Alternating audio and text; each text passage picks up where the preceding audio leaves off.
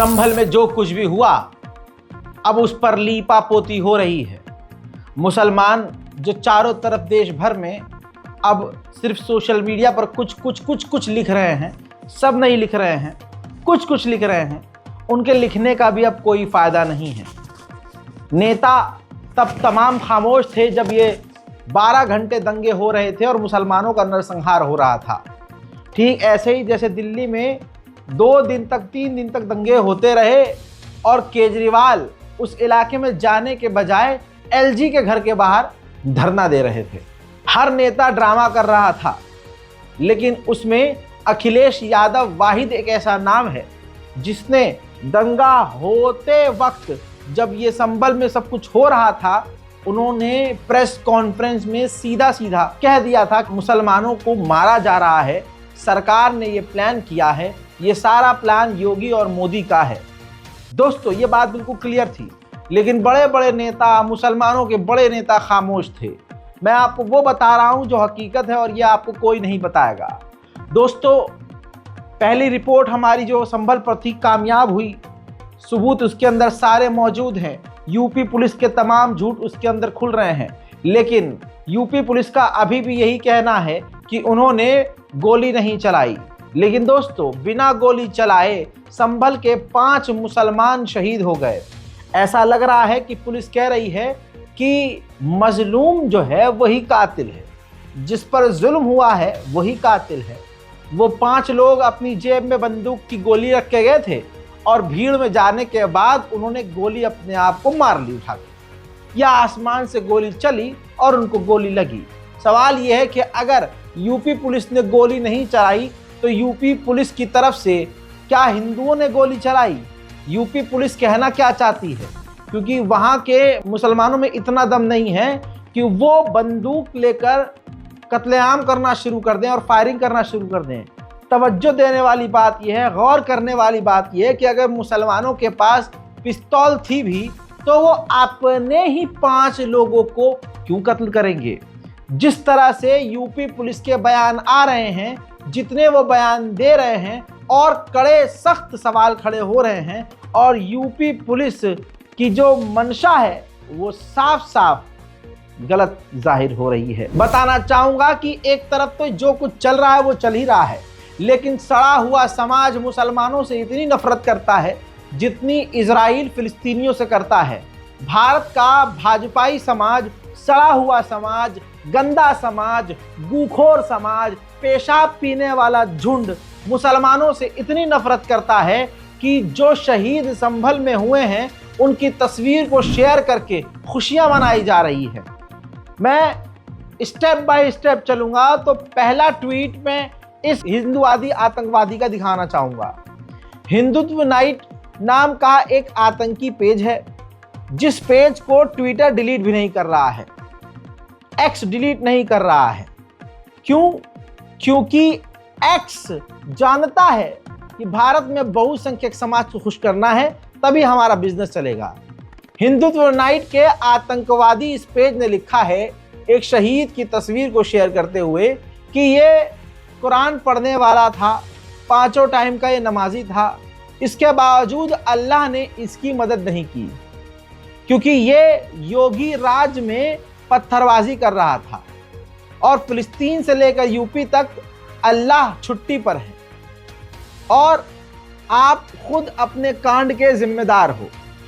दोस्तों, अगर मैंने जवाब दिया इनके किसी भगवान का नाम लेकर, पिछले कुछ महीनों में जिस तरह से इनके धार्मिक प्रोग्राम में बवाल हुआ है, कहीं भगदड़ हुई है, कहीं पंडाल गिर गया, कहीं जो भगवान बना हुआ शख्स था वही स्टेज से गिर गया, या स्टेज पर प्रभु श्री राम के नाम पर या फिर हिंदुओं के त्यौहार के नाम पर जो अश्लील नचलियां नचाए कर इन्होंने जय श्री राम के नारे लगाए हैं, वो तमाम चीज़ें बता और दिखा दूं तो इनके पिछवाड़े के छेद भिज जाएंगे, इनकी आंखें टेढ़ी हो जाएंगी, इनको मिर्गी के दौरे पड़ेंगे और ये मेरी गिरफ्तारी की मांग करेंगे। इनकी औकात यही है कि इनके वाले ने अगर 60 साल की किसी लड़की से ब्याह किया तो वो सही है, लेकिन ये हमारे हुजूर पाक सल्लल्लाहु अलैहि वसल्लम पर सवाल उठाएंगे। ये वही लोग हैं कि इनके वाले के यहाँ इनके ग्रंथों और धर्म में अगर इनके गुरुओं ने और भगवान ने किसी 5 भाइयों ने एक ही औरत से शादी की, 5 आदमियों ने एक ही औरत रखी, तो उस पर इनको ओके ओके है। लेकिन अगर यहाँ पर एक मर्द 2 शादी कर ले मुसलमान, तो फिर से इनके पिछवाड़े भिच जाते हैं। वहीं इनके यहाँ कई ऐसे भगवान हैं जिनके बारे में ये भी कहा जाता है कि भाई वो फलाना है, उन्होंने जो है अपनी पुत्री पर ही उनका दिल आ गया था। लेकिन कोई मुसलमान इसका जिक्र नहीं करता, क्योंकि वो ग्रंथ उनके हैं, वो धर्म उनका है। मुसलमान कभी किसी दूसरे के धर्म पर आपत्तिजनक टिप्पणी नहीं करता। लेकिन ये सुअरों का झुंड इतना फ्री है कि इनको आदेश मिलता है, ये 2 रुपये के लिए देश में आग लगा देते हैं। एक तरफ संभल में जो 5 शहीद हुए मुसलमान हैं, उनकी मौत का जश्न मनाया जा रहा है। दूसरी तरफ पुलिस की कार्रवाई को बेहतरीन बताया जा रहा है। पुलिस कह रही है हमने नहीं मारा है, लेकिन मोदी भक्त कह रहे हैं बहुत बढ़िया किया है। इसका मतलब पुलिस झूठ बोल रही है, क्योंकि मोदी भक्तों को पता है कि योगी जी ने ही ये सब करवाया है। तभी तो पुलिस को अप्रिशिएट किया जा रहा है सोशल मीडिया पर। शहीद बिलाल के भाई ने मीडिया को, गोदी मीडिया को अपडेट दिया, इंटरव्यू दिया, और उन्होंने बताया कि उनका भाई तो रैली में भी नहीं गया था, दुकान गया था, और वापस आते में पुलिस ने सीधा उसे गोली मार दी। सुनिए। संभल हिंसा में अब तक 3 लोगों की मौत हो चुकी है, जिसमें एक शख्स का नाम बिलाल था। बिलाल का परिवार हमारे साथ मौजूद है बात करने के लिए। आप बिलाल के भाई हैं, क्या हुआ था? मेरा भाई मोहम्मद अलीम, मेरा भाई सुबह दुकान पे जा रहा था, 8 साढ़े 8 बजे दुकान पे गए। उसके बाद खबर आई उनका गोली मार दी। पैसे निकालने जा रहे थे और सूट ले उनके गोली मार दी। किस चीज की दुकान? सूट की मार दी, लेडीज सूट की, रेडीमेड की। कहाँ पर थी? यहाँ पर इधर सुपर मार्केट डाक खाने के पास हमारा गोली मार दी जा रहे थे। फिर वो जामा मस्जिद के इलाके में कैसे पहुंच गए? जामा मस्जिद का इलाका, वो उधर से आ रहे थे दुकान बंद करके, वही दुकान पैसे वैसे लेके वापसी आ रहे थे रिक्शा में, उतरने वो भी रिक्शा वाले। उधर दूसरे शहीद नईम के भाई और रिश्तेदारों ने बताया कि उनके भाई की तो दुकान थी, वो तो दुकान से तेल और सामान लेने गया था और दुकान खोलने गया था। पता ये चलता है कि उसको गोली मार दी पुलिस ने। मिठाई की दुकान से आ रहा था, पतल्ला सरा में उसकी मिठाई की दुकान है। सही है। एक सेकंड सर, हम शुरू करते हैं। जी जी पहले सर आपका नाम बता दीजिए। तस्लीम नाम है मेरा, इसका भाई हूँ मैं। नहीं, मेरा भाई है, बड़ा सगा। बड़ा सगा। क्या उम्र है? नहीं, क्या करता है? 35 साल की उम्र है और 4 बच्चे हैं उस पे। और मिठाई की दुकान है। अच्छा। वो जामा मस्जिद की तरफ से गोदाम पे से रिफाइंड का पीपा लेने जा रहा था। ठीक है। हाँ। तो कितने बजे क्या हुआ? नईम के साथ क्या हुआ? हमसे तो ये कह के गया था दुकान खोलने जा रहा हूँ मैं। हाँ। हाँ, गाड़ी पे। हाँ। फिर क्या हुआ? आपको क्या पता लगा? हमें ये पता चला ये गोली मार दी पुलिस ने। कितने पुलिस की बजे गोली बात मारी है 10 बजे, पौने 11 बजे की। पौने 11। आपका नाम क्या है? इरशाद हुसैन। इरशाद जी, मैं मामा हूँ लड़के का। मामा है? जी। तो क्या पता लगा इरशाद भाई? वहाँ जो लड़के साथ में थे, वहाँ पे सीओ साहब वहाँ छोटे गेट पे थे, और सीओ साहब के इशारे पे सीओ साहब की कारस्तानी से गोली चली, और वो वहाँ यूपी पुलिस ने गोली मारकर 5 लोगों को कत्ल कर दिया और बार बार कह रही है कि हमने गोली ही नहीं चलाई। इन 2 खूबसूरत नौजवानों को देख लीजिए। एक का नाम अयान है, एक का नाम कैफ है। कैफ की उम्र 17 है, अयान की 18 है। इलाज के दौरान इनकी मौत हो गई है। मौत के आंकड़े 5 हो चुके हैं और डर यह है कि और आंकड़े बढ़ न जाएं। नरसंहार है, ये कत्लेआम है। सरकार के द्वारा, यूपी पुलिस के द्वारा ये सब किया जा रहा है। तमाम विपक्ष की पार्टी ये साफ कह रही है। मेरे दोस्तों, जो आप जानते हैं और कई बार कह चुका हूं, हमारी जमीन हमसे छीनी जाएगी, हम विरोध करेंगे तो हम पर लाठी बरसाई जाएगी, और जब हम लाठी का विरोध करेंगे तो गोली मार दी जाएगी। गोली मारने के बाद हमारी लाश को नोचकर हमारे परिवार वालों को नहीं दिया जाएगा, और हमारे कत्ल का इल्जाम हमारे अपनों पर ही लगाया जाएगा। फिर अपनों के ही कत्ल का इल्जाम अपनों पर लगाकर उन अपनों को भी, मारे जाने वाले के अपनों को भी गिरफ्तार किया जाएगा। और सिर्फ गिरफ्तार नहीं, उनके घरों पर बुलडोजर चलाया जाएगा। जुल्म की तमाम हदें पार हो चुकी हैं। और ये सब इसलिए है क्योंकि मुसलमान अपनी मस्जिदों से बेजार रहा, क्योंकि मुसलमान आज सोशल मीडिया पर नंगी लड़कियों की रील और नंगी लड़कियों के पिछवाड़े को देखने में व्यस्त है।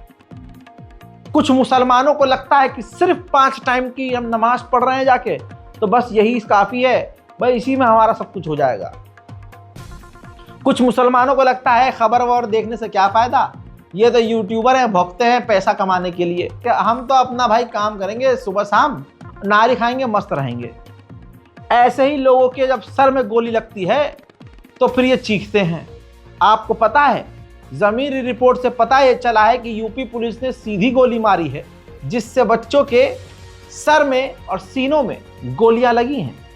और जो कल आपने ये वीडियो देखी, जिसमें आप खुद देखिए कि यूपी पुलिस सीधा फायर कर रही है और यूपी पुलिस खुला झूठ बोल रही है इस तस्वीर के होने के बावजूद कि हमने फायरिंग ही नहीं की, सिर्फ आंसू गैस के गोले दागे हैं। ये यूपी पुलिस की सामने से गोली देखिए, जो कि मुसलमानों के ऊपर इनकी हिम्मत है।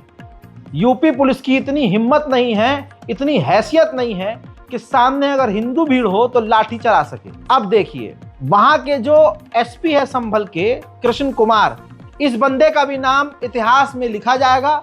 और आप लोगों से अपील है कि याद रखिएगा भविष्य में, क्योंकि ये सरकार कयामत तक तो नहीं रहेगी। अब इनका बयान ये है, क्योंकि भाई इसकी भी मजबूरी है, आदेश ऊपर से है। अब एसपी साहब कह रहे हैं कि लगभग 2500 लोगों के खिलाफ अभियोग यानी एफआईआर हुआ है।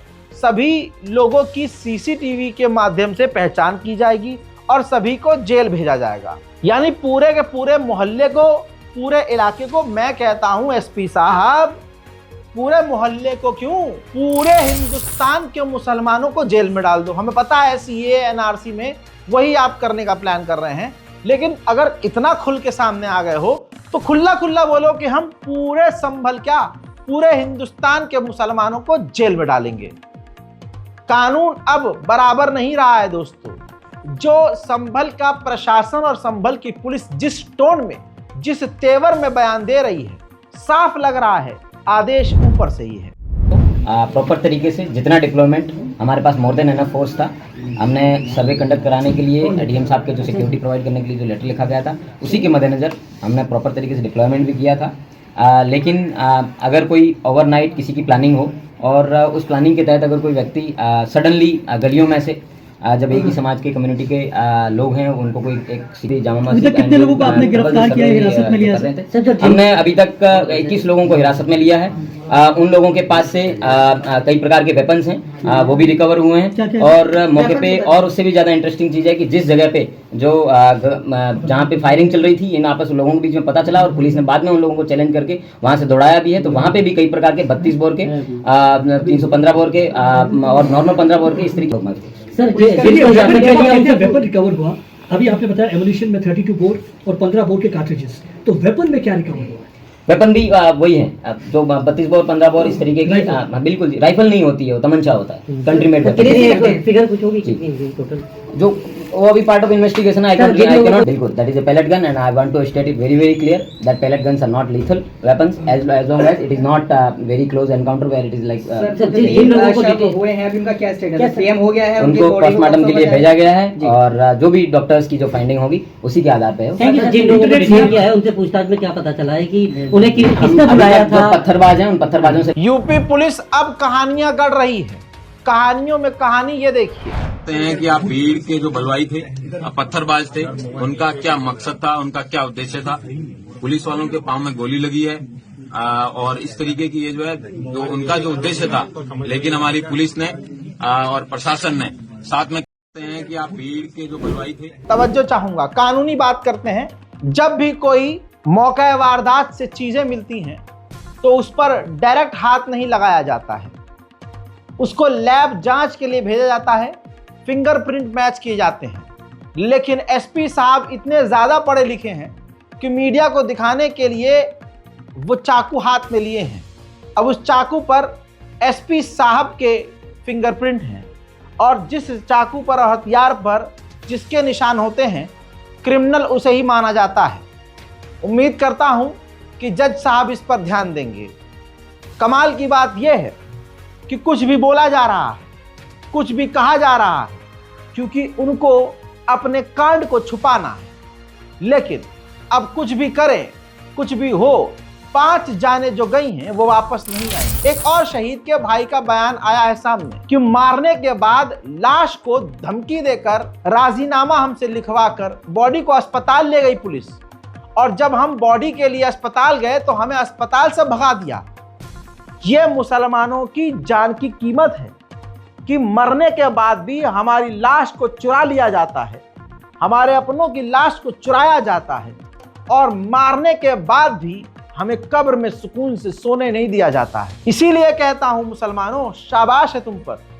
तुम एक दूसरे से लड़ कर, एक दूसरे को गरिया गरिया कर, एक दूसरे से हसद कर करके आज इस जगह खड़े हो गए हो कि कोई भी कहीं भी खड़ा होकर तुम्हारे सर में गोली मार दे रहा है। आज हाल ये है कि ट्रेन में CISF का जवान, रेलवे पुलिसकर्मी मुसलमान महिला को, मुसलमान दाढ़ी वाले को देखकर मोदी, योगी और अमित शाह का नाम लेकर गोली मार देता है, और शासन, प्रशासन और मीडिया और गोदी मीडिया उसके बचाव में उतर कर आते हैं और कहते हैं कि मेंटली डिस्टर्ब था। 3 महीने बाद रिपोर्ट से साबित होता है वो दिमागी तौर से बिल्कुल सही था, और उसको मुसलमानों के कत्लेआम का कोई भी मलाल नहीं है।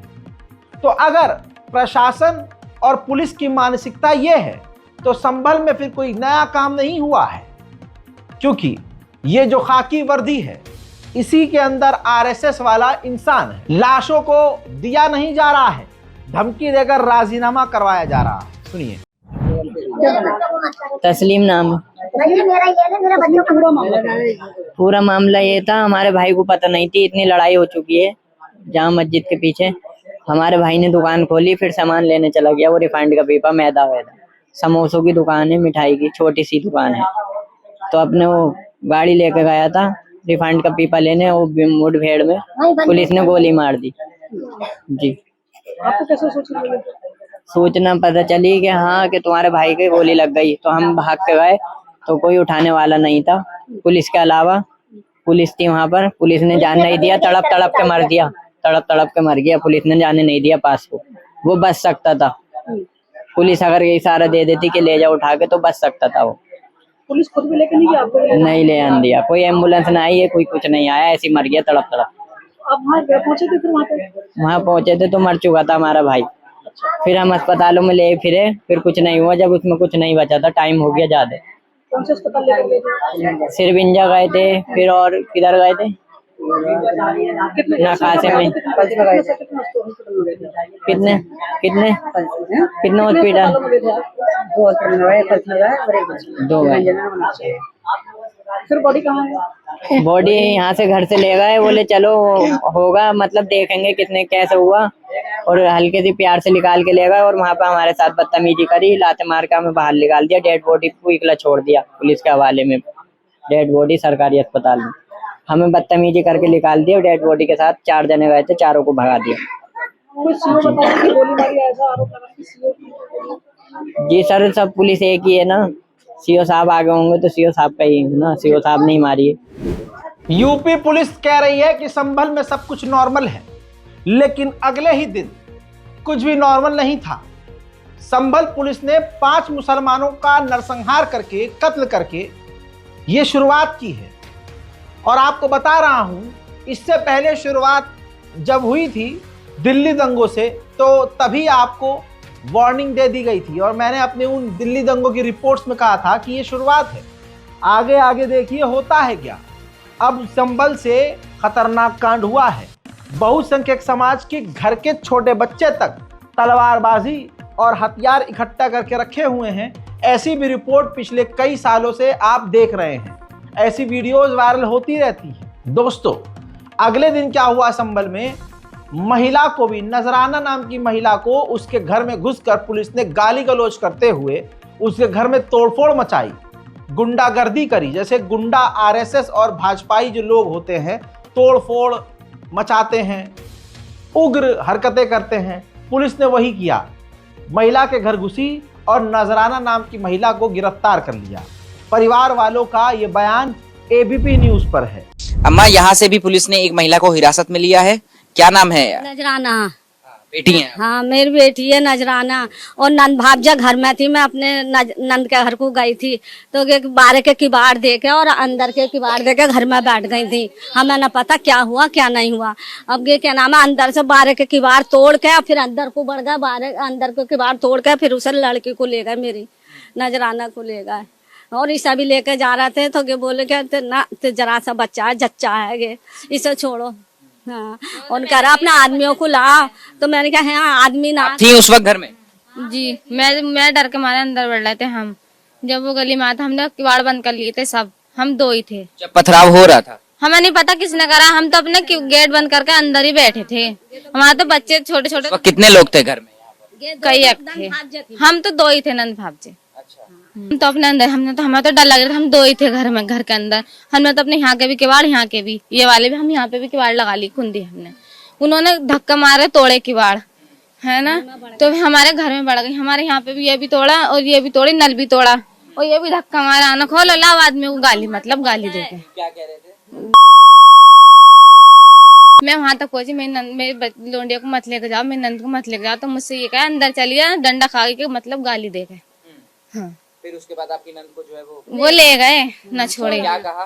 क्यों ले जाते वक्त क्यों कुछ बताया होगा ना कि क्यों हम लेकर के जा रहे हैं, क्यों हिरासत में ले? हम तो दो ही, हमने कहा कि पत्थर मार रहे थे? नहीं, हमने वो कह रहा पत्थर मंगे, नहीं हमने न मारे भैया पत्थर, हम तो अपने अंदर ही बैठे, दो जना हमके मारेंगे, हमारे बच्चे। उधर संभल के शहीद नईम की मां का बयान सामने आया है, जिन्होंने कहा कि उनका नौजवान बेटा दुकान से सामान लेने गया था, जिसे पुलिस ने कत्ल कर दिया। मेरे बच्चे को बुलवा दो, मैं कुछ ना कर रही हूँ। मेरा बच्चा दुकान बंद करके अपनी सौदा लेने गया था, दुकान खोल के, और मैदा वैदा लेने गाड़ी लेके मेरा बच्चे को वहीं घेर लिया, वहीं बंदूक से मार दिया पुलिसों ने। पुलिस ने मार दिया, लौट के भी आ रहा था। इतना सारा मासूम है मेरा, ये इतना सारा मासूम, 4 बच्चे हैं छोटे छोटे, 4 बच्चे छोड़ के मेरा शेर, बस मेरा बच्चा दिलवा दो भैया, ले गए वो मेरे बच्चे को। ठीक ऐसे ही आज तक की ग्राउंड रिपोर्ट से भी साबित होता है कि संभल की पुलिस गुंडागर्दी कर रही है और मुसलमानों को एक तरफा प्रताड़ित कर रही है। घर में घुसकर सारे सामानों को तोड़कर महिलाओं तक को गिरफ्तार किया गया है। घर के अंदर ये टीवी पूरी तरीके से टूटा पड़ा है, ये सेंटर टेबल था पूरी तरीके से टूटा है, फ्रिज टूटा हुआ है। तो आपके हिसाब से ये पुलिस ने तोड़ा? हाँ, वो तो पुलिस ने, हमारी बीवी ने जब बात हो रही है, मतलब मोहल्ले वालों से सबसे। अच्छा, ये अंदर इतनी तोड़फोड़ कैसे हुई? ये सब पुलिस ने की है सब। तो अंदर कमरे के अंदर, अच्छा, और भी या यहीं इसी कमरे में? ना, और कमरों में भी, ऊपर भी, सब जगह हुई है। हाँ, तो आप ये देखिए, ये जबरदस्त अंदर पूरा फ्रिज की अगर हम बात करें, एसी की बात करें, टीवी की बात करें, सेंटर टेबल की बात करें, तो सब कुछ। तो बच्चा कितना बड़ा आपका? आगे आइए आप, और आगे आके इस कमरे की तस्वीर आप दिखाइए। ये पूरी तस्वीर है कमरे की। तो यहाँ पे कॉपी किताब ये सब क्या बना हुआ है? ये बच्चे तो इसमें पढ़ते हैं बच्चे पढ़ते हैं, उनका पढ़ाई का एक कमरा है। अच्छा, बच्चों की पढ़ाई का कमरा। हाँ, कॉपी किताब सभी पेंसिल ये सब।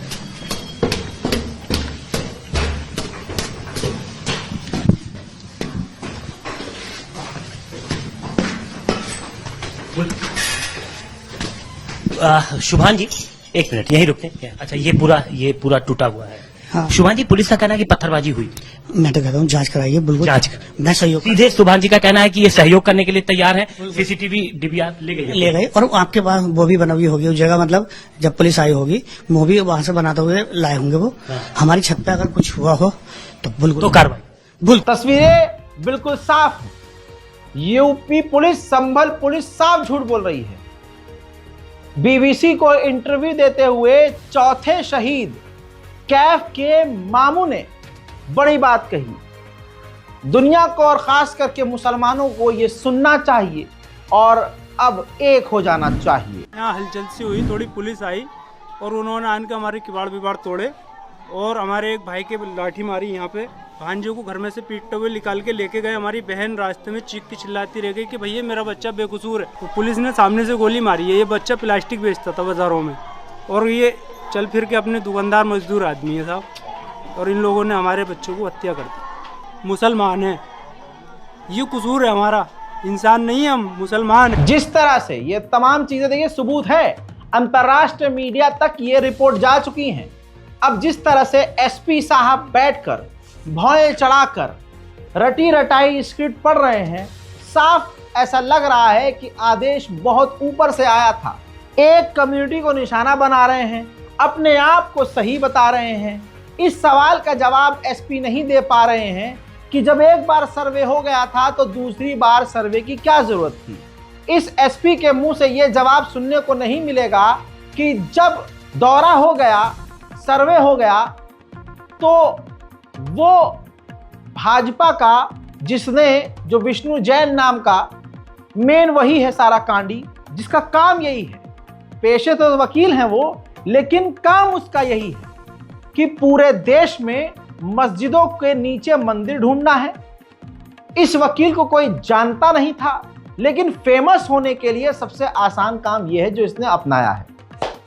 अब दोस्तों, एसपी के मुंह से यह जवाब नहीं मिल रहा है कि जब वो सर्वे करने के लिए गया तो पुलिस के साथ ये हिंदू भीड़ क्यों गई। ऊपर से नारेबाजी और भड़काऊ नारेबाजी करते हुए ये मस्जिद में गए और फिर सर्वे करके मस्जिद से बाहर नारेबाजी करते हुए कैसे आए, यह अपने में बड़ा सवाल है। लेकिन संभल पुलिस और एसपी साहब सीना ताने, क्योंकि उनको पता है कि इस नरसंहार के लिए उनको इनाम मिलेगा।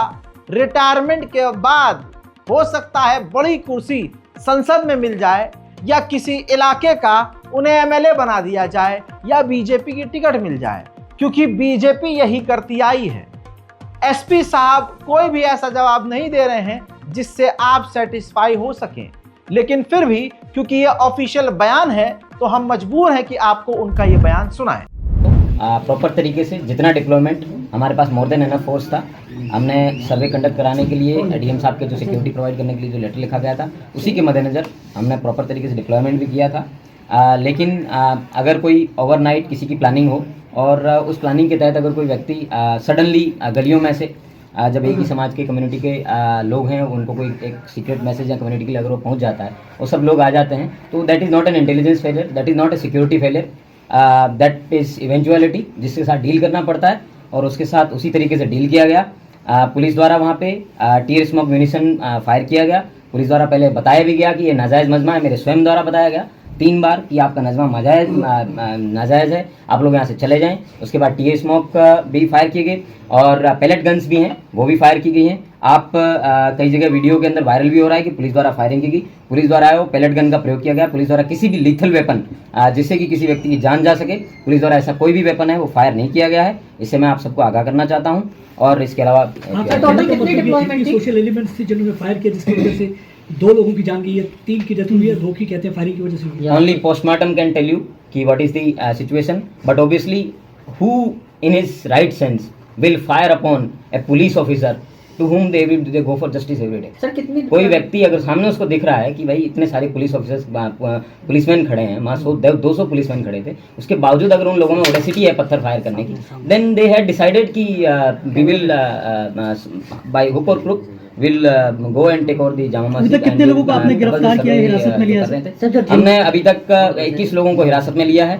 उन लोगों के पास से कई प्रकार के वेपन्स हैं, वो भी रिकवर हुए हैं। और मौके पे और उससे भी ज्यादा इंटरेस्टिंग, संभल पुलिस खुला झूठ बोल रही है कि पुलिस ने गोली नहीं चलाई। तो ये इनके खालू हैं, या संभल पुलिस एक्सेप्ट कर ले कि पुलिस की वर्दी के अंदर आरएसएस या भाजपा के लोग थे? ये कौन है?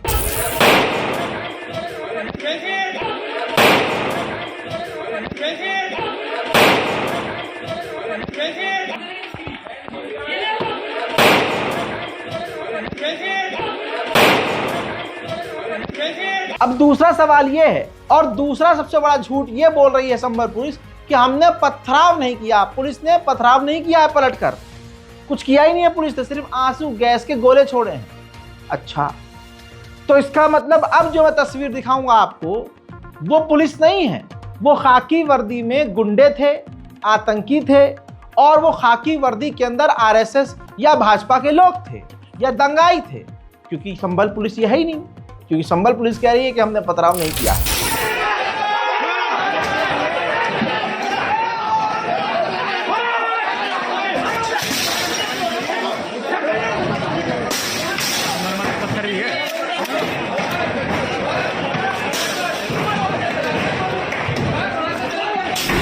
तस्वीरें बिल्कुल साफ हैं कि निशाना सिर्फ मुसलमान है। विपक्ष के लोग सिर्फ हमारी लाश पर बयानबाजी ही कर सकते हैं, वरना बताइए कि कौन सा बड़ा नेता संभल पहुंच गया। माना पुलिस उसे रोकेगी, लेकिन सब इकट्ठा होकर एक साथ संभल क्यों नहीं पहुंचे अभी तक, सवाल ये है। वहीं सोशल मीडिया पर सड़ा हुआ समाज, बड़े बड़े Twitter account, social media influencer खुशियां मना रहे हैं, लेकिन संभल पुलिस, यूपी पुलिस प्रशासन इन पर कार्रवाई नहीं करेगी। ये भड़काऊ बयान नहीं है, लेकिन हम सच्चाई के साथ जो सबूत मौजूद हैं वो आपको दिखाएं और बताएं तो हम भड़काने वाले हैं। लेकिन सोशल मीडिया पर ये तस्वीर देखिए, इस तरह के ट्वीट करने वाले भड़काऊ काम नहीं कर रहे हैं। मुसलमानों की मौत का जश्न मनाने वाले, खुशियां मनाने वाले भड़काऊ काम नहीं कर रहे हैं। द जयपुर डायलॉग नाम का ये एंटी मुस्लिम, एंटी इंडिया आतंकी पेज है जो सिर्फ मोदी समर्थक है। ये जो मस्जिद थी संभल की, जो मस्जिद है और आगे रहेगी, उस मस्जिद की तस्वीर को शेयर करता हुआ यह आतंकी लिखता है कि जो हमारा है वो हम लेकर रहेंगे। दोस्तों, यहाँ पर मुसलमानों की सबसे बड़ी बेवकूफ़ी है। सबसे बड़ी बेवकूफ़ी ये कि अगर ये हमारी किसी भी मस्जिद को उठकर कह देते हैं कि मस्जिद के नीचे मंदिर है, तो फिर मंदिर के नीचे मस्जिद क्यों तलाश नहीं की जाती? एक बड़ी कमेटी बनानी चाहिए और हमारे इतिहास में जिन मस्जिदों को तोड़कर वहां पर या तो मकान बना दिया गया, सरकारी बिल्डिंग बना दी गई या फिर मंदिर बना दिया गया, तो उसकी भी खुदाई होनी चाहिए, जांच होनी चाहिए। अगर ये कर सकते हैं तो वही संविधान तो हमारा है मुसलमानों के लिए। हालांकि योगी जी का कानून, मोदी का कानून अलग है, लेकिन असलियत में तो कानून सबके लिए बराबर है। टिट फॉर टैट जब तक नहीं करेंगे मुसलमान, तब तक ये ऐसे ही होता रहेगा। दोस्तों, लगातार कानून की धज्जियां उड़ाई जा रही हैं। जरा हिंदूवादियों को देख लीजिए, ये देखिए, शहीद की तस्वीर को शेयर करता हुआ ये आतंकी दिल शेयर कर रहा है, दिल लगा रहा है। आप देख रहे हैं, मैं आपकी स्क्रीन पर इसीलिए इस चीज को रख रहा हूं। अमित एस चंदिलिया शहीद की, ये भारत के बहुसंख्यक समाज का सड़ा हुआ अंग है। ये अक्सर हर 5वें हिंदू की सोच है आज, और इस सोच की देन सिर्फ और सिर्फ मोदी, योगी, अमित शाह और ये पूरी भाजपा और आरएसएस है। यही 2014 से इन्होंने अब तक किया है। कुछ साल पहले तक सिर्फ जाहिल, गवार, अंधभक्त थे और ऐसे काम करते थे। आज कंपनी के मालिक, बड़े बड़े पदों पर बैठे हुए लोग, सरकारी नौकरी करने वाले, बड़े अमीर लोग, हर फील्ड में ऐसे हिंदू मौजूद हैं जो मुसलमानों की लाश को देखकर लाश की फोटो शेयर करते हैं और दिल लगाकर शेयर करके मजा ही आ गया। जब हम जैसे लोगों ने रीट्वीट किया, कईयों ने सवाल किया, तो क्योंकि सावरकर की नस्ल इनकी है तो तुरंत इसने ट्वीट डिलीट कर दिया। ऐसे हजारों लोग हैं। कल भी दिखाया था, आज मैं भी कई दिखा दिए हैं आपको कि संभल के नरसंहार पर, मुसलमानों के कत्लेआम पर और उन पर हो रहे जुल्म पर सड़ा हुआ समाज खुश है। इसका मतलब इसी समाज को खुश करने के लिए संभल का दंगा करवाया गया है। बड़ी बात एक और, अदानी जो अमेरिका में अंतर्राष्ट्रीय लेवल पर नंगा हुआ, उस खबर को दबाने के लिए कहीं से अदानी के दोस्त ने यह हरकत करी है, आदेश दिया है कि कुछ ऐसा करो कि अदानी की खबर मीडिया से गायब हो जाए। और हुआ वही। अदानी नाम बड़ा है तो शहादत ज्यादा लगेगी अदानी की खबर दबाने में। सिर्फ यहाँ 5 शहीदों के मारे जाने की बात नहीं है, सैकड़ों गिरफ्तारियां मुसलमानों की और साथ ही संभल पुलिस ने मुसलमानों के घरों में घुसकर तबाही मचाई है। जैसे दंगाई दंगा मचाते हैं, लुटेरे लूटते हैं, वैसे ही काम किया गया है। आज तक की ही डिजिटल मीडिया रिपोर्ट है जिसमें गुलिस्ता की शादी है कल, यानी आज गुलिस्ता की शादी है और पुलिस उसके भाई को गिरफ्तार करके ले गई है। और जब घर में घुसी है तो गुलिस्ता का जो दहेज का सामान इकट्ठा था पुलिस ने वो सामान तोड़ दिया। दिल्ली से जो शादी में शरीक होने के लिए मेहमान गए थे, उस मेहमानों में एक महिला के पति को भी पुलिस उठाकर ले गई। यानी संभल की पुलिस ने रैंडमली किसी भी घर में छापा मारा और जेल को भरना शुरू कर दिया। अब ये पूरे देश भर के मुसलमान देख रहे हैं, खामोश हैं, और अगर कोई कुछ बोल रहा है तो कहा जा रहा है कि ये भड़काने वाला काम कर रहा है, जबकि संभल पुलिस खुल्लम खुल्ला क्या कर रही है सुन लीजिए। और ये रिपोर्ट आज तक पर मौजूद है। क्या नाम है आपका और आप लोग जो क्यों यहाँ थाने आए? नाम है गुलिस्ता और अपने भाई के लिए आए हैं। क्या हुआ है? घर में घुस गए वो, हमारे कुछ लोग थे, उन्होंने मारा पीट करी, वो हमारे घर में घुस गए, हमारे भाई को उठा के लगा। हमारे भाई तो चाय पी रहे थे घर में, तोड़ फोड़ मचाई, सारा सामान तोड़ दिया। आप लोग ये पकड़े हुए हैं, कार्ड का क्या है? ये शादी है, कार्ड है। किसकी शादी है? इसकी भी है। आज मेरे भाई की शादी है, कल मेरी थी, कल को मेरी। तो ये जिस भाई की शादी है वो कौन सा भाई है जिसको पकड़ा गया? नहीं, वो सबसे बड़े हैं, वो सबसे बड़े हैं भाई तो हमारे। तो पुलिस क्या बात कह करके जो उनको ले गई है? पुलिस कह रही है कि आधे एक घंटे बाद आना। अरे आना, मजा लेके आए हैं। आप लोग कल रात भी आए थे थाने? हाँ, रात भी आए थे। मुझे पता नहीं, आए थे। तो अभी आप लोग क्या चाहते हैं? पुलिस से क्या आश्वासन मिला? ये चाहते कि हमारे भाई आ जाए बस हमारे पास। क्या कहा? उनके यहाँ साफ सो रहा है, अभी आधे घंटे बाद आना।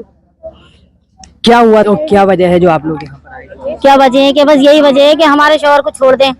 हमें तो ये वजह, हम तो दिल्ली से आए हुए, हमें क्या पता थी यहाँ पे ऐसे हो जाएगा। हम तो शादी की वजह से आए हुए थे, और शादी कल मंडा था, आज बारात है, कल भी बारात है, 2 शादी यहाँ हमारे घर में। तो बताओ क्या करें हम? पुलिस जो है किस मामले में उठा कर? बस यही कि पथराव करा है इस मामले में, लेकिन उनका तो कोई हाथ भी नहीं है। 3 लड़के घुसे थे घर में, वो छत पे को भाग गए, हमने तो उनको देखा भी नहीं। तो दहेज निकालने में लगे, बस सारा दहेज तोड़ फोड़ कर आया, सारा तोड़िया है, सब तोड़िया, गाड़ी तोड़िया है, फ्रिज व्रिज सब कुर्सी सब दुनिया की चीज तोड़ कर आए सारी, सब तोड़। घर में मुझे मारा भी बहुत है, मुझे 3-4 चाटे मेरे मारे, मैं चक्कर खा के गिर गई पलंग पे। वाह अकबर। उधर हालात ये हैं, जियाउर रहमान जो सपा के सांसद हैं वो उस जगह थे भी नहीं, लेकिन उन पर एफआईआर कर दिया है। ये किस तरह से खेला जा रहा है, पुलिस किस तरह से सरकार के इशारे पर काम करते हुए विपक्षी नेताओं पर एफआईआर कर रही है, आप समझ सकते हैं। जियाउर रहमान फिर भी नहीं डरे और उन्होंने संसद के बाहर खड़े होकर कई खुलासे किए हैं। पूरी घटना हुई, घटना को आप कैसे देखते हैं?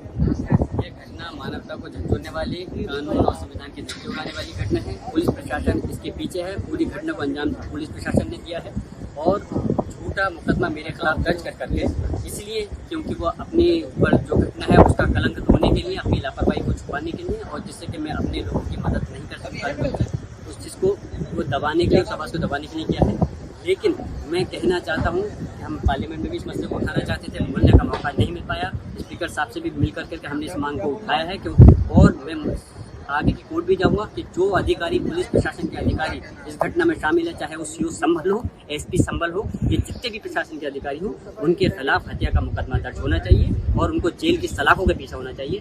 जो आज देश के रक्षक अगर भक्षक बन जाएंगे तो कौन संभालेगा इस देश के कानून को? आपके खिलाफ भी मामला दर्ज किया गया, उस मामले में क्या बताया गया, कोई जानकारी आपके पास? जिस घटना ये मेरे खिलाफ दर्ज की गई, उस दिन मैं संभल तो दूर की बात है, उत्तर प्रदेश के अंदर भी नहीं, मैं बेंगलोर में all India Muslim personal law की बैठक अटेंड करने के लिए गया था। और मैं पूछना चाहता हूँ, पहला सर्वे 19 तारीख में हुआ, मैं खुद जामा मस्जिद में मैंने खड़े होकर के सर्वे कराया, क्यों नहीं घटना घटी? और दूसरा, जुमे के दिन 22 तारीख में नमाज के दिन हमारे लोगों को नमाज पढ़ने से रोका गया। हमने नमाज फिर भी हमने बहुत सुकून के साथ में नमाज के लिए लोगों को समझा बुझा कर नमाज पढ़ाई, क्यों कोई घटना नहीं हुई? अगर मैं गारंटी से कह रहा हूँ कल होता तो ये घटना तब भी नहीं होती, क्योंकि पुलिस प्रशासन की योजना थी, मेरी गैर मौजूदगी का फायदा उठा के पुलिस प्रशासन इस घटना को अंजाम देना चाहती थी, और मेरे नहीं होने का संबंध में उसने इसका फायदा उठाया और इस घटना को अंजाम दिया। आखिरी सवाल। ठीक इसी तरह से आम आदमी पार्टी के नेता संजय सिंह ने भी आवाज उठाई है और क्लियर कट कहा है कि ये पूरी प्लानिंग के तहत किया गया है। यानी हर पार्टी ये क्लियर कह रही है कि मुसलमानों का नरसंहार किया गया है और जानबूझकर ध्यान भटकाने के लिए किया गया है। भारतीय जनता पार्टी और उसके नेताओं ने उत्तर प्रदेश को बर्बाद करने का बीड़ा उठा लिया है। यूपी को बर्बाद करना उनका संकल्प हो गया है, उनका लक्ष्य हो गया है। कभी मुजफ्फरनगर के दंगे, कभी अलीगढ़ के दंगे, कभी बहराइच के दंगे और अभी संभल के दंगे। बीजेपी आपको ना तो रोजगार दे सकती है, ना महंगाई से राहत, और ना ही आपके बच्चों के लिए स्कूल और अस्पताल बना सकती है। वो सिर्फ दंगे दे सकती है, झगड़े दे सकती है, फसाद दे सकती है। यही काम पूरे देश में कर रहे हैं और यूपी को खास तौर से दंगे फसाद का अड्डा बना दिया है भारतीय जनता पार्टी के लोगों ने। संभल में जो कुछ हुआ ये गहरी साजिश का हिस्सा है। और ऐसा मैं क्यों कह रहा हूं, ध्यान से बातों को सुनिएगा। अचानक 19 तारीख को दिल्ली से 2 वकील जाते हैं संभल में, जिला की अदालत में वहां पर याचिका दाखिल करते हैं। उस याचिका में मिनिस्ट्री ऑफ होम अफेयर्स को पार्टी बनाया जाता है, कल्चरल मिनिस्ट्री को पार्टी बनाया जाता है, एएसआई के 2 अलग अलग विभागों को, अधिकारियों को पार्टी बनाया जाता है, डीएम को पार्टी बनाया जाता है, मस्जिद की कमेटी को पार्टी बनाया जाता है। ध्यान से सुने हुए 4 बजे ऑर्डर कर दिया जाता है कि सर्वे किया जाए, उस जामा मस्जिद का सर्वे किया जाए। 4 बजे ऑर्डर होता है, ध्यान से सुनिएगा। 10 से लेके 5 तक कानून के मुताबिक कोई सर्वे हो सकता है, उसके ना पहले ना उसके बाद। डीएम साहब होम मिनिस्ट्री के लिए, कल्चरल मिनिस्ट्री के लिए, एएसआई के लिए एक वकील भी नियुक्त कर देते हैं। जामा मस्जिद की कमेटी को नोटिस भी दे देते हैं। 19 तारीख को 6:30 बजे पहुंच के सर्वे किया जाता है। 2-2.5 घंटे 3 घंटे तक सर्वे होता है। डीएम साहब और प्रशासन के अधिकारी बाहर आते हैं, कहते हैं हमारा काम पूरा हो गया, काम कंप्लीट हो गया।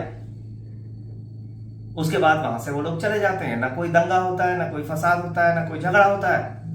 भाजपाई बौखला जाते हैं। मोदी जी को लगता है, अमित शाह को लगता है, योगी जी को लगता है, बीजेपी वालों को लगता है अरे हम तो अपने मकसद में कामयाब ही नहीं हुए, दंगा तो हुआ नहीं, फसाद तो हुआ नहीं, यूपी तो बर्बाद हुआ नहीं, कुछ आगजनी तो हुई नहीं, बहराइच में हमने कोशिश की वो फेल हो गए, संभल में भी फेल हो गए। तो इन्होंने एक नया नाटक किया। 19 को सर्वे कहा पूरा हो गया, 24 तारीख को सुबह फिर से 6:30 बजे, 10 से 5 नहीं, 6:30 बजे सुबह नारे लगाते हुए सर्वे कराने के लिए प्रशासन पहुंचता है और उसके बाद वहां माहौल बिगड़ता है। जब मस्जिद के हौद से पानी निकाला जाता है, माहौल बिगड़ता है, पुलिस वहां पे लाठियां चलाती है, गोली चलाती है, पथराव भी होता है दोनों तरफ से और 5 लोगों की जान चली जाती है। वहीं तेजस्वी यादव ने भी जिगरा दिखाया है और क्लियर कहा है कि यूपी में मुसलमानों को मारा जा रहा है, निशाना बनाया जा रहा है, भाइयों को मारा जा रहा है और बीजेपी ने यूपी पुलिस का गुंडाकरण कर दिया है। यूपी में जिस तरीके से तांडव ये लोग कर रहे हैं, वो लोग चाहते हैं कि यूपी से पूरे देश में माहौल जो है हिंसक करें, नफरत फैलाएं। और ताज्जुब की बात है कि सरकार जिस तरीके से पुलिस का दुरुपयोग कर रही है, मतलब पुलिस के लोगों को गुंडा मवाली जो है उसमें तब्दील कर दिया गया है। जिस हिसाब से क्रिमिनलाइज बना दिया गया है पुलिस के लोगों को यूपी में, ये बहुत ही दुर्भाग्यपूर्ण है। उन आईपीएस अधिकारियों को भी कम से कम इस तरह का काम नहीं करना चाहिए। जो लोग भी हैं सब लोग शपथ लेकर के संविधान का आज संवैधानिक पद पर है। संवैधानिक पद पे अगर लोग इस तरह का काम करेंगे, पुलिस का काम क्या है? सबके साथ इंसाफ करना, माहौल को ठीक करना।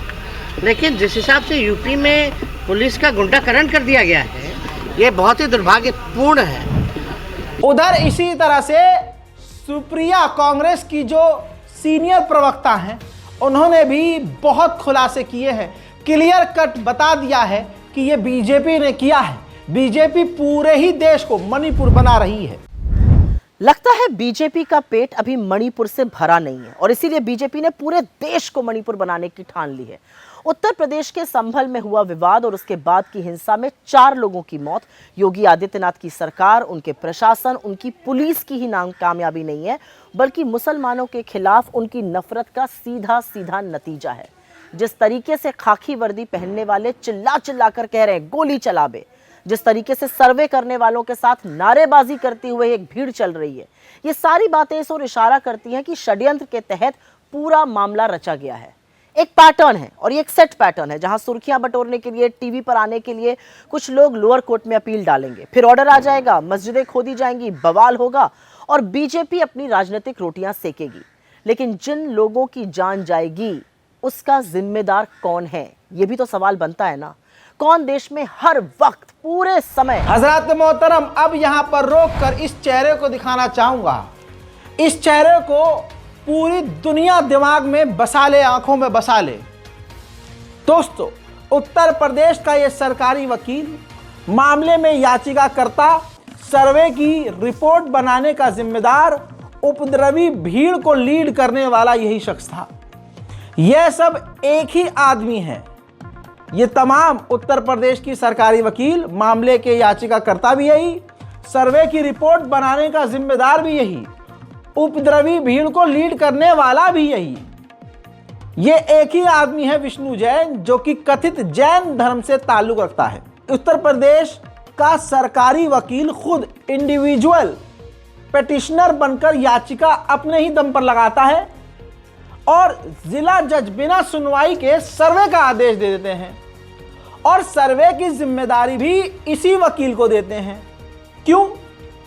और सुनिए इसके बाद, वकील फिर अकेले नहीं जाता है सर्वे के लिए। वकील अकेले नहीं बल्कि पूरी भीड़ लेकर जाता है, उपद्रवी भीड़ लेकर जाता है, जो सांप्रदायिक माहौल बनाने के लिए जिम्मेदार है। वीडियो पेश कर रहा हूं जो कि यूपी तक यानी आज तक के डिजिटल मीडिया रिपोर्ट में मौजूद है। आज तक ने न जाने कैसे कुछ सच दिखाया है। ये वही वीडियो है आज तक के एंकर का, जो वहां से लाइव रिपोर्टिंग कर रहा था। बयान सुनिए। हिंदी समुदाय के लोग हैं, हिंदी पक्ष के लोग हैं, जो कि यहाँ पर इस वक्त है कहीं ना कहीं नारेबाजी कर रहे हैं। पूरी तरह से जो हालात हैं इस वक्त संभल में वो कहीं ना कहीं खराब होते हुए दिखाई दे रहे हैं। मेरे दोस्तों, जमीनी हकीकत ये है, एसडीएम, एसपी जो सीनियर अधिकारी हैं, उन्होंने ही ये पूरा दंगा करवाया है। संभल की मस्जिद के सदर और इस मामले में जो मस्जिद की तरफ से वकील हैं, उन्होंने प्रेस कॉन्फ्रेंस में ये बात बोली। उन्होंने गवाही दी कि मैंने एसडीएम को, एसएचओ को और अधिकारियों को गोली मारने का आदेश लेने के लिए बात करते हुए सुना। यहां पर रोक के बता दूं कि दंगा भड़का भी इसलिए, मुसलमान भड़के इसलिए क्योंकि पहले एक सर्वे हो चुका था, इनको कुछ नहीं मिला। दूसरी बार ये दोबारा सर्वे करने के लिए आए और इस बार नारेबाजी करते हुए आए। मुसलमान खामोश रहा। लेकिन जब मस्जिद के अंदर के हौज को खाली यानी इसका पानी बहाकर खाली करने का आदेश जांचकर्ताओं ने दिया, तो मस्जिद के अंदर मुसलमान तो जा नहीं सकता था।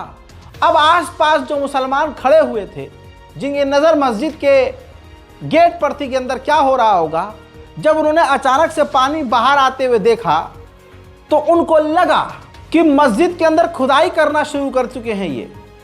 इस पर मुसलमान लोग भड़क गए और अफवाह फैलाई नहीं अंदर से, क्योंकि पक्की खबर नहीं आ रही थी, तो अफवाह फैली ऐसे, लोगों को गलतफहमी हो गई कि अंदर खुदाई हो रही है। इसके बाद वकील कहते हैं कि मैंने जब पुलिस की बातें सुनी कि गोली मारने का आदेश ये लेने की बात कर रहे हैं, तो मैंने जनता को जाने को कहा। बाकी देखिए, मैं आगे नहीं बोलूंगा, ये पूरा बयान जुमला ब जुमला सुनिए। तो ये है कि फायरिंग के ऑर्डर हुए हैं, लोग हट जाए, इस तरह की कोई अपील की गई थी? हाँ, मैंने की थी। वो ये था कि मैं मौके पर उस टाइम गया था, मुझसे डीएम साहब ने कहा था, एसपी साहब ने कहा था कि आप मौके पर जाएं और भीड़ को आप सेटिस्फाई करें।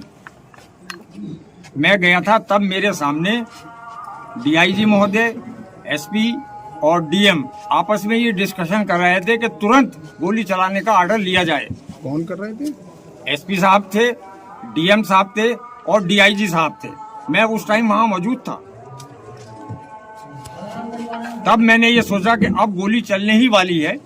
मैंने पब्लिक से अपील की, बहुत ज्यादा अपील की, वहां पहुंचकर भी अपील की, लेकिन 75% लोग वापस चले गए। कुछ लोग यही सोचते रहे कि खुदाई अभी भी जारी है। ये खुदाई क्यों हो रही है? तो मैंने फौरन ही अनाउंस किया कि गोली चलने के आदेश मिल चुके हैं पुलिस प्रशासन को। लिहाजा मेरी गुजारिश है, अल्लाह के वास्ते, खुदा के वास्ते, सारे लोग हट जाएं, चले जाएं, अपने अपने घरों को चले जाएं, शांति बनाए रखें। फैलाई जी, खुदाई की अफवाह किसने फैलाई? खुदाई की अफवाह इसलिए फैली कि वो पानी जब चारों तरफ चला तो पब्लिक में ये अफवाह हो गई, ये भ्रम हो गया, ये हो गया कि खुदाई चल रही है इसलिए ये पानी आ रहा, क्योंकि वो पानी आने का कोई टाइम था नहीं। अंदर से लगातार अनाउंसमेंट भी हो रही है और उसके बाद भी अफवाह फैल रही है, तो ये तो कहीं ना कहीं आप लोगों की कमियां रही ना? नहीं, हमारी क्या कमी रही? हम तो बराबर अनाउंस कर रहे हैं। पानी की जो कमी है, सबसे बड़ा जो अफवाह फैली है वो पानी को देख के फैली है कि ये पानी क्यों आ रहा है। इसका मतलब ये है कि अंदर खुदाई हो रही है, जबकि हम बराबर अनाउंस कर रहे थे वहाँ खुदाई नहीं हो रही थी। लेकिन पब्लिक के जहन में यही बात हुई कि शायद खुदाई हो रही है, और ये क्यों हो रही है। पुलिस का ये कहना बिल्कुल गलत है। पुलिस गोली हमारे सामने चला रही थी, मैं मौके पे मौजूद था। पब्लिक की तरफ से मेरे सामने कोई गोली नहीं आई। इस बयान के बाद इनको गिरफ्तार भी किया गया था और गिरफ्तारी के बाद कई घंटे के बाद इनको छोड़ा गया। रोल के बारे में देना चाहते हैं। आपकी प्रेस कॉन्फ्रेंस हुई थी थोड़ी देर पहले। हाँ, हुई थी। तो क्या कहना चाहते थे सर? कुछ कहेंगे? मुझे बुलाया गया था, मैं आ गया। अब मैं घर जा रहा हूँ। नहीं, पूछताछ के लिए आपको बुलाया पुलिस? हाँ। वगैरह ही सिर्फ ऐसी बात करने के लिए बुलाया? पूछताछ करने के लिए बुलाया। हाँ। कि ये पीसी जो दी है आपने, इसके बारे में हमें थोड़ा सा पुलिस बताएं। कह रही है कि आपने सारी गलत बयानी की है, हर चीज की। नहीं, देखिए वो तो बात की बातें हैं। पुलिस तो यही कहे कि गलत है। अब ये वो क्या कहती है क्या नहीं कहती है उसका कोई मतलब आपने एसडीएम संभल पर जो आरोप लगाए उनको खारिज किया है? नहीं, अभी को किसी तरह का आरोपों पर कायम है अभी भी? ऐसा मैं थोड़ा टाइम लूंगा, मैं थोड़ा टाइम, इस टाइम मेरा स्वास्थ्य ठीक नहीं है, इस टाइम मेरा स्वास्थ्य ठीक नहीं, और बाद में बात करेंगे। नहीं, अभी कोई बात नहीं है। अब ऐसी एक आध घंटे। बताइए सब क्लियर हो गया कि नहीं हुआ? दूध की तरह बिल्कुल साफ है क्या हुआ है, कैसे हुआ है, किस तरह से किया गया। कांग्रेस के नेता इमरान मसूद ने भी मीडिया को कहा कि अजी सीधा सीधा गोली मारी गई है, और जो शहीद 17 और 18 साल के 2 लड़के हुए हैं, बताया गया है कि एक के माथे पर गोली लगी है, ऐसा बताया गया है, और एक के तो सीने पे गोली लगने की खबर कंफर्म है। देखिए, सुनिए इमरान मसूद। ये बहुत दुखद है, 4 लोगों की मेरे पास जानकारी है मौत हो चुकी है, और पुलिस ने सीधे गोली मारी है, माथे पर गोली लगी है। पुलिस ने पूरी तरीके से बर्बरता का नंगा नाच किया है। अगर सर्वे कराने के लिए गए थे तो पुलिस ने क्यों इजाजत दी है सामाजिक तत्वों को जाकर के वहां गाली गलौज करने की, वहां उकसाने वाली नारेबाजी करने की? वहां जब आप उकसावे की नारेबाजी करोगे तो टकराव होगा, तो पुलिस जाकर के टकराव कराने का काम करे, इससे दुखद कुछ नहीं हो सकता है। जी, दंगाई तो है, और क्या है? 1 मिनट में आदेश होता है कोर्ट से, 2 घंटे के अंदर सर्वेयर टीम पहुंच जाती है, फिर उसके बाद जब झगड़ा नहीं होता तो नेक्स्ट दोबारा फिर तैयारी की जाती है। इस बार अपने साथ लोगों को लेके जाया जाता है। सर्वे टीम के साथ लोगों को जाने का क्या मतलब है? क्यों गए लोग सर्वे टीम के साथ? सारे वीडियो मौजूद है कि नारेबाजी हो रही है और गाली गलौच हो रही है। आप नफरत को कहां ले जाना चाहते हो? क्यों नफरत की आग फैलाना चाहते हो? इस नफरत के अंदर हम लोग झुलस जाएंगे। नफरत से देश नहीं चल सकता, देश मोहब्बत से चलेगा। इस मामले पर असदुद्दीन ओवैसी का भी बयान आया। ये असदुद्दीन ओवैसी वो व्यक्ति है जो हर मामले पर मुसलमानों के लिए खुला बोलता है, लेकिन फिर भी अगर कोई इन्हें कह दे कि दोगला है और बीजेपी पार्टी का ये दूसरा साइड है, तो देखिए आप बहुत बड़ी गलतफहमी में हैं। हालात आप हिंदुस्तान के देख रहे हैं। सुनिए इनका बयान। कि सबसे पहली बात तो ये है कि संभल की चंडोसी की जो जामा मस्जिद है वो कोई 50 साल 100 साल नहीं बल्कि 200-250 साल पुरानी मस्जिद है, उससे ज़्यादा है।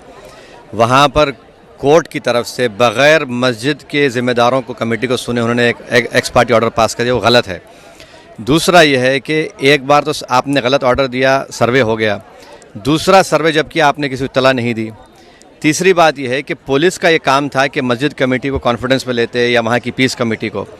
चौथी बात यह है कि जो सर्वे करने लोग आ रहे हैं वो प्रोवोकेटिव स्लोगन्स लगा कर आ रहे हैं, वो वीडियो उसका है, पब्लिक डोमेन में है। और उसके बाद जो वहाँ पर वायलेंस हुआ, जिसमें 3 मुसलमानों को गोली लगी, उनकी मौत हुई, हम इसका कंडेम करते हैं। ये फायरिंग नहीं बल्कि मर्डर है। और जब से बाबरी मस्जिद राम मंदिर का जजमेंट आया, जिस बात को मैं पर्टिकुलरली कह रहा हूँ कि उस जजमेंट के बाद ये सब चीज़ें खुलेंगी और एक के बाद एक खुल रही हैं।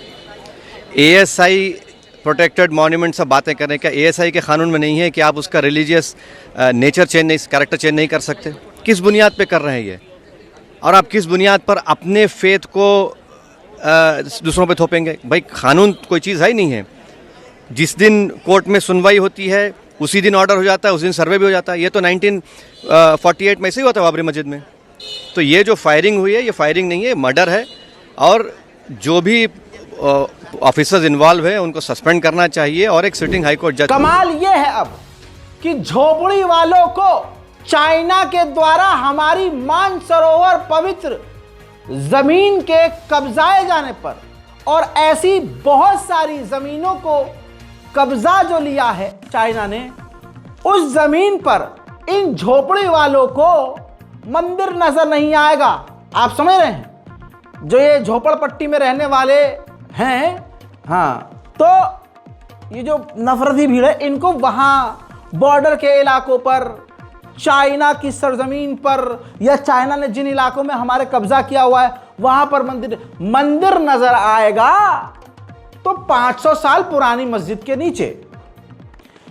आप अगर हिंदुओं को देखेंगे और हिंदू संगठनों को, वो गुरुकुल के नाम पर अपने बच्चे को 6ठी 7वीं क्लास से अब तलवारबाजी और ये लठबाजी, बंदूक चलाना, निशानेबाजी, ये सब सिखा रहे हैं। ये किस चीज की तैयारी हो रही है? अभी भी मुसलमानों को समझने की जरूरत है क्या? आपको कॉपी पेन लिखकर पढ़ाएं क्या? देखिए, जो वो कर रहे हैं हम भी कर सकते हैं। संविधान दोनों के लिए बराबर है। आप सेल्फ डिफेंस के लिए तैयार रहिए। वो बात अलग है कि बंदूक से सीधा आप सीने में गोली मारी जा रही है। देश के हालात बहुत खराब हो चुके हैं। डिवाइड एंड रूल वाला खेल शुरू हो चुका है और ये एक्सट्रीम लेवल पर पहुंच चुका है। मणिपुर पर तो मोदी अब तक न बोल पाए, संभल पर क्या ही उम्मीद करेंगे हम उनसे। ऐसा लगता है कि भारत के प्रधानमंत्री मोदी सिर्फ गिने चुने मुसलमानों के प्रधानमंत्री हैं, बाकी दूसरे मुसलमानों के लिए नहीं है।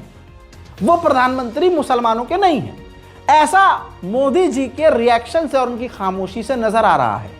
और बाकी बीजेपी क्या कर रही है, कैसे कर रही है, तमाम विपक्ष के नेताओं को खुला खुला सुन चुके हैं। मैं सिर्फ संभल के मुसलमानों से नहीं बल्कि पूरे हिंदुस्तान के मुसलमानों से कहूंगा कि मौका मत दीजिए। ये तब हो गया जब मौका नहीं दिया, और उनको मौका दिया तो उनकी भीड़, जो आम भीड़ है, वो भी हथियारों से लैस है। घरों के अंदर कौन से क्या हथियार उनके यहां हो हमें नहीं पता, लेकिन हम सोशल मीडिया के जरिए देख चुके हैं कि त्रिशूल, भाले और न जाने कितने खतरनाक तरह के हथियार ये ऑनलाइन तक बेच रहे हैं। इन रिपोर्ट्स को मैं खुद कवर कर चुका हूं।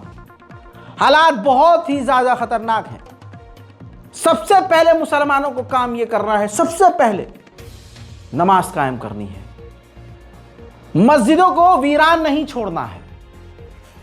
दूसरा काम यह करना है कि आपस में ये जो हूतियापंथी हम करते हैं, लड़ना भिड़ना, शिया सुन्नी, देवबंदी, बरेलवी, जिन मुल्लों का काम ही यही है, क्योंकि उनको मिंबर सिर्फ तजारत के लिए नजर आता है, बिजनेस उनका, रोटी तो तभी चलेगी ना जब वो नफरत फैलाएंगे। उनका भी यही सिस्टम है, फूट डालो राज करो। कुछ उलमा ऐसे हैं, कुछ सब नहीं, कुछ एक हो जाओ।